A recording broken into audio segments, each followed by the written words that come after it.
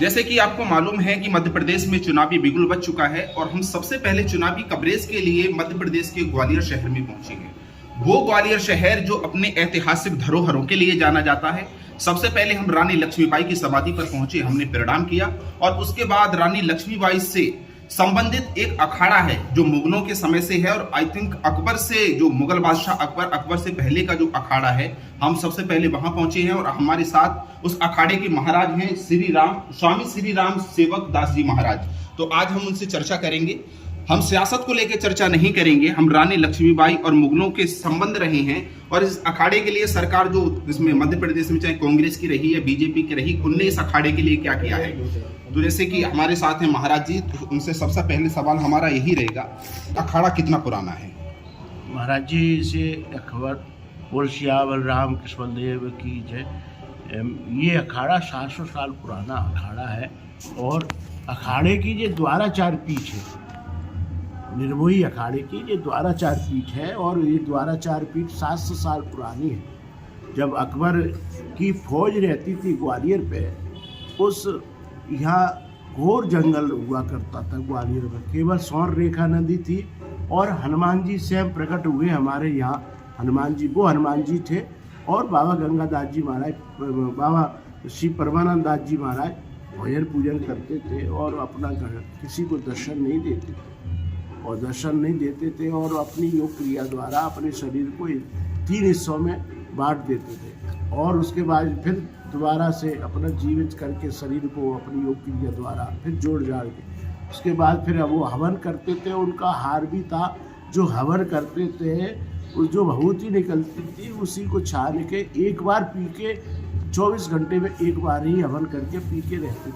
वो हार था उनका, पत्ती फूल पत्ती फल वगैरह अन्य वगैरह नहीं हार था।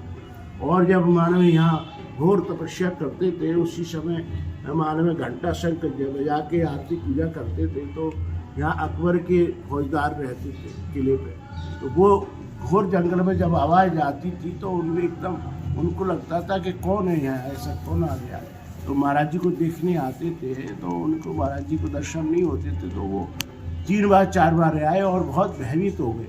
जब भयभीत हो गए तो वहाँ अकबर को खबर भिजवाई दिल्ली कि ऐसे ऐसे किले के नीचे सौरेखा नदी है, हनुमान जी का मंदिर है, कोई नज़र नहीं आता है और पूजा सेवा नित्य समय पे होती है। तो अकबर ने स्वयं कहा कि महाराज आप लोग नहीं जाना, मैं स्वयं आऊँगा। तो महाराज जी जब अकबर आए तो महाराज जी एक टीले पे भजन कर रहे थे, उस टीले पे भजन कर रहे थे। और अकबर का जब आगमन हुआ जी, अकबर का आगमन हुआ जब टीले पे भजन कर रहे थे तो महाराज जी मन में सोचे कि अकबर है तो क्या हुआ, सम्राट है तो क्या हुआ, संतों के सामने कोई सम्राट नहीं होता है, संतों को प्रणाम नहीं किया, आखिर हाथी पे मलक रहा है।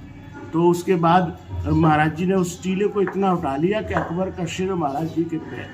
जब उसके बाद ऐसा महसूस हुआ अकबर को, अरे ये महाराज जी तो बहुत मालूम, जब मेरे सामने टीला उठा लिया। तो उसके बाद फिर अकबर ने हाथी वालों से कहा कि उधर जाके उतारो। तो फिर उतार के जब आए तो साष्टांग प्रणाम किया अकबर ने और महाराज जी से प्रार्थना की, महाराज जी आप तो स्वयं भगवान के अंश अवतार हैं, आप नीचे अपना टीले कर लीजिए। तो फिर महाराज जी ने टीला नीचे किया, वो चित्र बना है उसमें आप देख सकते हैं। उसके बाद महाराज जी अपना भजन करने लगे और अकबर की यही जिज्ञासा थी कि मैं महाराज जी से शिक्षित हूँ, वैष्णव संप्रदाय से मैं मंत्र लूँ। और उसके बाद 2-3 दिन तक ऐसे ही भूखे प्यासे रहे अकबर। तो महाराज जी के मन में आया कि सम्राट है, कहीं ऐसा कुछ हो नहीं जाए, तबीयत खराब नहीं हो जाए। महाराज जी ने कहा कि क्या चाहते हो। अच्छा, अकबर का इस अखाड़े से गहरा संबंध रहा है। अकबर से गहरा नहीं, अकबर यहाँ के शिष्य बने। उन्होंने मालूम अकबर ने महाराज जी से कहने के बाद कि मैं शिष्य बनना चाहता हूँ, तो महाराज जी ने कहा आप एक धर्म को मानते हो तो सब धर्म को मानोगे तब शिष्य बनाएंगे। तो फिर दीन इलाही जो धर्म था वो महाराज जी ने यहाँ से शुरू करवाया। अच्छा, दीन इलाही जी। और उसके बाद फिर मालूम है महाराज जी के शिष्य बने, 12 गांव जागीर के लगाए अकबर ने महाराज जी के जब तक अपने। अच्छा, उस समय भारत के जो सम्राट थे वो अकबर थे। अच्छा, भारत का मुगल शासन था उस समय, उसके बाद अंग्रेजों का शासन हुआ है, लेकिन उससे पहले तो मुगल शासन था उस समय का, उससे पहले का आश्रम है। उसके बाद जब तक जीवित रहे अकबर तब तक महाराज जी के दर्शन करते आए, आते जाते रहे। उसके बाद उनकी परंपरा में भी आते जाते रहे, जो उनके पोते पोते और उसके बाद बेटे वो भी आते रहे। और महाराज जी को अपनी माना में जब भेंट में उन्होंने अकबर ने महाराज जी को अपना जैसा मुकुट दिया, आज भी वो रखा हुआ है। जब 1857 में रानी लक्ष्मीबाई की देह की रक्षा करते करते 745 आदमी शहीद हुए, उस समय मालूम है यहाँ महाराज जी के 2000 साधु रहते थे। हाँ, जैसे कि अभी महारानी लक्ष्मीबाई का जैसे संबंध है ग्वालियर से और उनकी समाधि भी है, तो महारानी लक्ष्मीबाई का आश्रम से यानी जो अपना अखाड़ा है इससे क्या संबंध रहा? देखिए, पूरे भारत में मालूम है जितने भी महाराष्ट्रियन है, मराठा है, वो शिष्य परंपरा से बड़ी सारा से जुड़े हुए हैं। यहाँ जो भी मेहनत होता है उनके शिष्य बनते हैं। ऐसे ही मोरपंते महाराज जी के शिष्य थे। वो मोरपंते नाम मतलब रानी लक्ष्मीबाई जी के पिताजी का नाम, और मनु उनका बचपन का नाम था, रानी लक्ष्मीबाई का। तो जब मालूम है यहाँ 5 साल की हो गई रानी लक्ष्मीबाई, तो उनके पिताजी अपनी एक परंपरा है कि 5 साल का बच्चा हो जाए या 5 साल की बच्ची हो जाए तो उसको शिक्षित करवाते हैं। अब तो परंपरा धीरे धीरे खत्म होती जा रही है। उस समय की परंपरा है कि शिक्षित करवाते रहे, मंत्र करवाते रहे, कंठी दिलवाते रहे। और उसके बाद यही रानी लक्ष्मीबाई के साथ में महाराज जी के पास मोरपंते उनके पिताजी लेके आए और उन्होंने कहा, महाराज जी हमारी बच्ची 5 साल की हो गई है, इसको मानव मंत्र कर शिक्षित करना है, करवाना है। उसके बाद महाराज जी ने उनको मंत्र दिया, शिक्षित किया। उसके बाद फिर मालूम है महाराज जी के सब की होने के बाद फिर रानी लक्ष्मीबाई चली गई और उसके बाद उनके पिताजी भी चले गए। जब फिर शादी हो गई और सब हो गया, तब अंग्रेज़ों ने चढ़ाई की रानी लक्ष्मीबाई की झांसी पे। तो उन्होंने कहा, वो निकल के इधर से पीछे से आई और कहने लगी, महाराज जी ये भृंगियों की ललकार नहीं सहन होती है, अब युद्ध करने का समय आ गया है, प्रारंभ युद्ध करने की आज्ञा दीजिए। तब फिर महाराज जी ने कहा, युद्ध बेटा ये तेरा नहीं है, पूरे भारत का है। अंग्रेज़ों का राज्य था पूरे भारत पे, तो ये तेरा अकेले का नहीं है, सबका है, सबको इकट्ठा करो, उसके बाद युद्ध प्रारंभ करो। इसके बाद पूरे राजाओं को यहाँ एकत्रित हुआ बड़ीशाला में, और महाराज जी की अध्यक्षता में, गंगादास जी महाराज जी की अध्यक्षता में एक सभा हुई। उसमें सभी राजा तय हुआ कि युद्ध रानी लक्ष्मीबाई झांसी से शुरू करेंगी, रानी, फिर उसके बाद दतिया आएंगे, दतिया के राजा साथ में आएंगे, तो दतिया पे भी विजय प्राप्ति कर ली, ग्वालियर पे भी विजय प्राप्ति कर ली। ऐसे करके धौलपुर से आगरा, आगरा से दिल्ली, ऐसे करके उनको एक रणनीति बनाई थी। उसके बाद तहत तो उसमें दतिया पे भी विजय प्राप्ति कर ली रानी लक्ष्मीबाई ने। हाँ, और दतिया के राजा और रानी लक्ष्मीबाई ग्वालियर आए, ग्वालियर पे भी विजय प्राप्ति कर ली। अच्छा। तब ग्वालियर के राजा नहीं साथ रहे, तो उन्होंने रानी लक्ष्मीबाई के मन में विचार आया कि कहीं ऐसा तो नहीं कि हमारे साथ में जो संधि हुई थी उसमें कहीं उन्होंने अंग्रेज़ों ने उनको पकड़ लिया हो, बंदी बना लिया हो। तो रानी स्वयं किले पे लेने के लिए गई रानी लक्ष्मीबाई। तो देखा वहाँ क्या परिस्थिति थी वो तो नहीं कहेंगे, लेकिन राजा ने वहाँ देखे रहे थे। तो वो सब देखने के बाद फिर महारानी लक्ष्मीबाई ने देखा कि यहाँ तो नहीं गिरने लगी, तो वो पूरा घेर के उनको रानी को बंदी बनाने की कोशिश में लग गए। तो रानी ने बंदी न बनते हुए वहाँ, ये कौन से किले में बंदी बनाया गया था रानी लक्ष्मीबाई को? बंदी नहीं बनाया था, रानी लक्ष्मीबाई किले पे ऊपर देखने गई थी। अच्छा, कौन से किले की बात है ये किला ग्वालियर किला ये अच्छा, ऊपर जो दिखता है, जो किला दिखता है, अच्छा, उस पर देखने के लिए गई कि मालूम है ऐसा तो नहीं कि हमारे साथ संधि हुई और राजा को बंदी बना लिया हो, ग्वालियर के राजा को। उसके बाद फिर वो उन्होंने देखा कि रानी स्वयं गिरने लगी, तो रानी ने गिरना स्वीकार नहीं किया और घोड़ा को कुना दिया। जब घोड़ा कुना दिया किले से बाहर, हाँ, नीचे कुना दिया, बहुत ऊंचाई है किले की। तो वो घोड़ा नीचे कूद के आया तो उसकी टांगें घोड़े की टूट गई, तो स्वर्णरेखा नदी को पार नहीं कर पाया और वो गिर गई रानी। एक अंग्रेज ने भाला मार दिया तो रानी पूरी घायल हो गई। जब घायल हो गई तो उनका लड़का गिर गया, रानी गिर गई, और उनके साथ में ये 4 लोग थे, रघुनाथ सिंह, बुआ, एक पठान। उन्होंने मालूम है शरीर को संभाला रानी लक्ष्मीबाई का, और पानी से साफी को भिगो के लाए, उनके आँखों में फेरी, तो थोड़ा सुचेती आई। तो बोली मैं कहाँ हूँ, तो कहने लगे कि आप बड़ी शाला के निकट है। तो बोलो मेरे को ले चलो, बगल में ही है बड़ी शाला के, यहाँ गेट पे ही स्वर्णरेखा नदी लगी है। 3 दरवाजे हैं यहाँ। अच्छा, यहाँ से जो दरवाजे जाते हैं जाते हैं वो 3 दरवाजे हैं, 3 दरवाजे यहाँ से ही है। और यही बगल में लक्ष्मीबाई का अच्छा, स्वर्णरेखा नदी को जाते हैं ये दरवाजे, इधर से जाते हैं। ओके। तो यह मुझे मालूम है, वहाँ से लेके आए और यहाँ इस चबूतरे पर रखा रानी लक्ष्मीबाई को। महाराज जी के यहाँ खबर भी आई। महाराज जी वहाँ कुटिया बना के भजन करते थे नदी, स्वर्णरेखा नदी के किनारे। वहाँ से आए और रानी को देखा गुरु गंभीर घायल अवस्था में। तो महाराज जी के सामने रानी लक्ष्मीबाई ऐसे हाथ जोड़ के ऐसे लेटी हैं और कहने लगी, महाराज जी मेरी शरीर की रक्षा की जाए और मेरे लड़के की रक्षा की जाए। तो लड़के को तो उनके कंठी चंदन और मुंडन करके साधु भेष बना के निकाल दिया और रानी लक्ष्मीबाई को गंगाजल चढ़ाने पिलवाया। उनका शरीर पूरा हो गया। उधर अंग्रेज लोग आमने सामने हुआ और हमारे 2000 साधु थे, उसमें से 745 साधु रानी के शरीर की रक्षा करते करते शहीद हो गए। अच्छा, रानी लक्ष्मीबाई के मरणोपरांत उनके मृत शरीर की रक्षा करते हुए 745 साधु शहीद हो गए। प्रतिज्ञा थी अंग्रेजों की कि हम शरीर को ले जाए। खूब लड़ी मर्दानी वो तो झांसी वाली। ऐसा क्या था जो अच्छे योद्धाओं को धराशायी कर दिया। तो अंग्रेज और महारानी लक्ष्मीबाई का ये प्रण था कि मेरे मरणोपरांत यानी फिरंगी मेरे मरणोपरांत मेरे मृत शरीर को हाथ नहीं लगा पाए। और संतों का ये था कि हम मालूम है अंग्रेजों को हाथ नहीं लगाने देंगे।